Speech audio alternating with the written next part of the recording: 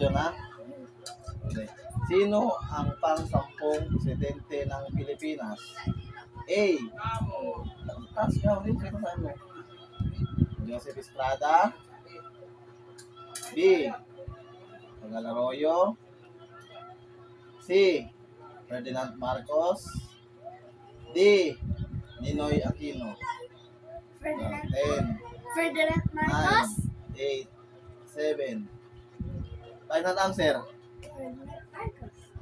Ferdinand Marcos. Pang-sampung presidente ng Pilipinas. Is correct. Galing nga. Sunod ang question. Ano ang pambansang puno ng Pilipinas? A. Mangga. B. Kalamansi. C. Coconut. D.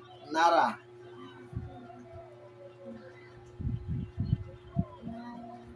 Ten. Nara. 9, Nara. 8. Nara, final answer? Nara is correct. Next question. Saan dapat ilagay ang basura na hindi nabubulok? A. Biodegradable. B. Non-biodegradable. C. Basurahan. D. Ilog. 10. Oo.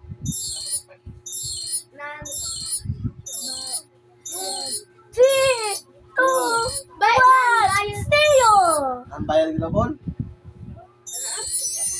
Hindi nabubulok. Is correct.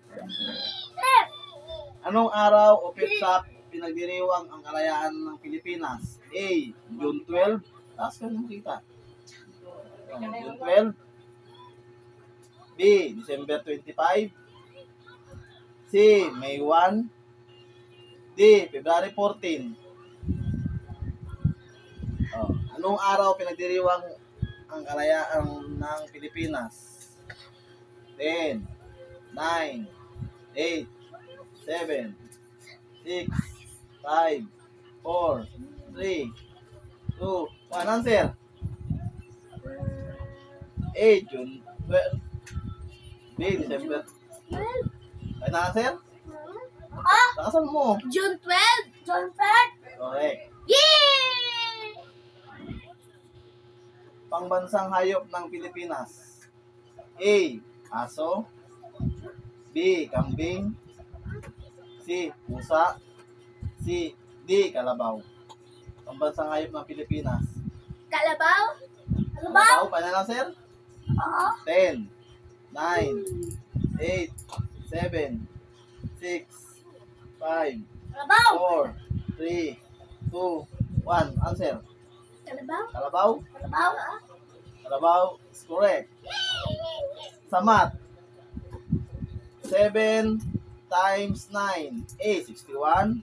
B. 62. C. 63. D. 64. 10, 9, 8. 63? Final answer. 63? 63